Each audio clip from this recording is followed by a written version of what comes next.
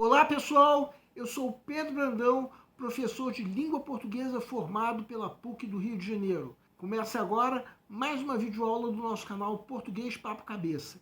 Em primeiro lugar, inscreva-se no nosso canal para não perder nenhuma das nossas próximas videoaulas e ative o sininho para receber todas as notificações. Nessa aula nós vamos prosseguir o assunto de pontuação, que é a parte da gramática que estuda os sinais que assinalam pausas, entonações, separam palavras, expressões e orações, além de esclarecer o sentido da frase durante a leitura. Sexta-feira da semana passada, nós estudamos a vírgula. Nessa aula, nós vamos estudar o ponto e vírgula, que é um sinal que indica que uma determinada sentença não acabou ainda. Porque se tivesse terminado, nós usaríamos o ponto. Só que no caso do ponto e vírgula, a pausa ainda é um pouco maior do que a vírgula. Vamos entender então os principais usos do ponto e vírgula. Segue um quadro. Vamos estudar os principais usos do ponto e vírgula. O primeiro deles é separar orações coordenadas, sindéticas, adversativas ou conclusivas que tenham a conjunção deslocada. Vejam esses dois exemplos. Quem quiser pode dar uma pausa. Quando nós estudamos a vírgula, nós vimos que essa é usada para separar orações coordenadas não começadas com a conjunção e.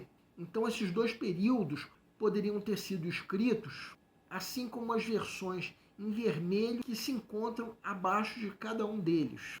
Nesses dois exemplos que estão em vermelho, temos as orações coordenadas sindéticas sublinhadas. A primeira, uma oração coordenada sindética adversativa.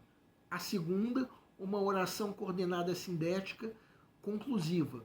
Na versão em preto de cada um desses períodos, foi usado o ponto e vírgula para separar a oração coordenada assindética, enquanto que em cada oração coordenada sindética, a conjunção ficou em cada caso entre vírgulas. Outro uso do ponto e vírgula é separar orações que já contenham vírgula. Vejam esse exemplo, quem quiser pode dar uma pausa.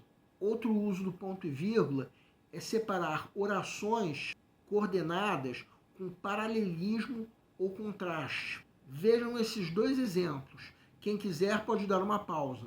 No primeiro exemplo, temos um paralelismo sintático, já que a segunda oração tem perfeita relação com a primeira.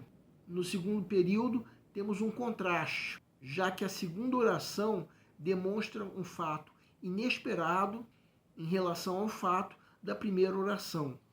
Outro uso do ponto e vírgula é que ele ocorre no final de cada item de uma enumeração. Vejam esse exemplo, quem quiser pode dar uma pausa. Bem, na próxima aula de sexta-feira, nós vamos estudar um outro sinal de pontuação, no caso, 2 pontos. Agora nós vamos comentar uma questão de concurso que, embora mencione esse referido sinal, pode ser resolvida apenas com o que nós estudamos de pontuação até agora, ou seja, até essa terceira aula sobre o assunto de pontuação. Segue um quadro. Fundatec, Prefeitura de Eldorado do Sul, no Rio Grande do Sul, Auxiliar Administrativo 2018. Considere o seguinte fragmento de texto para resolver a questão. Na busca pela melhoria do incentivo à leitura e à escrita no país, há 3 perspectivas para as quais devemos tornar os nossos olhares: o governo, a escola e o próprio lar. Considere o que se afirma sobre a pontuação do período. 1. A primeira vírgula separa um termo deslocado e a segunda vírgula separa termos com a mesma função. 2. Os 2 pontos separam um aposto. 3. Por se tratar de um período longo, seria correto substituir a primeira vírgula por um ponto e vírgula. Quais estão corretas? A, apenas 2. B, apenas 3. C, apenas 1 e 2. D, apenas 2 e 3. E, 1, 2 e 3. Peço para que deem uma pausa antes de ser dado o gabarito.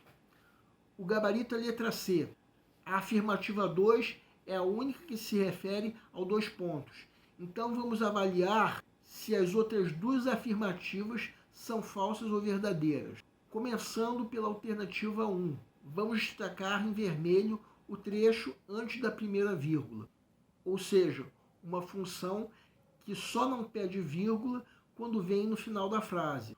Sobre a segunda vírgula, de fato separa dois termos que têm a mesma função, no caso, a função de aposto. Logo, a alternativa 1 é correta. Sobre a alternativa 3, em nenhum momento, quando nós mostramos os usos do ponto e vírgula nessa videoaula, mencionamos esse uso referido por essa afirmativa.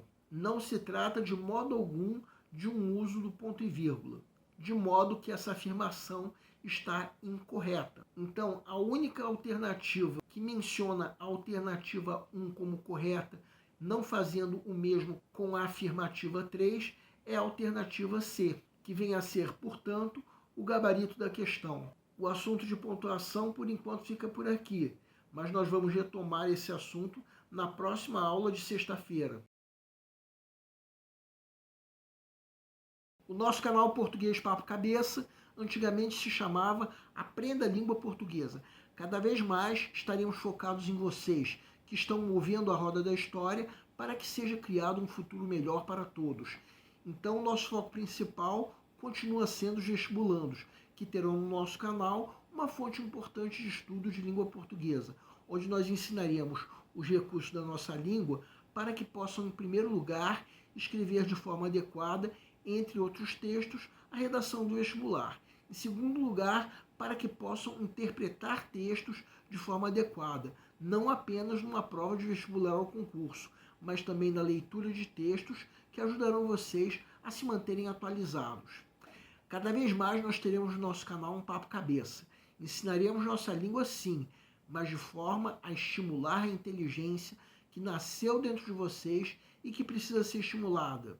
E a missão do nosso canal é melhorar cada vez mais. Então vocês podem usar tanto o nosso e-mail quanto a nossa fanpage do Facebook para fazerem qualquer comentário, elogio, crítica ou ainda reclamação sobre as nossas videoaulas. E vocês também podem usar tanto o nosso e-mail quanto a nossa fanpage para pedirem para esclarecer qualquer dúvida que vocês tenham sobre a matéria.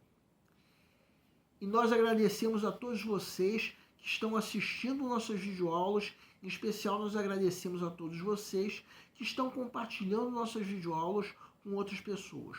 Muito obrigado, porque vocês estão ajudando o nosso canal a ser feito. Pedimos ainda que deixem um like.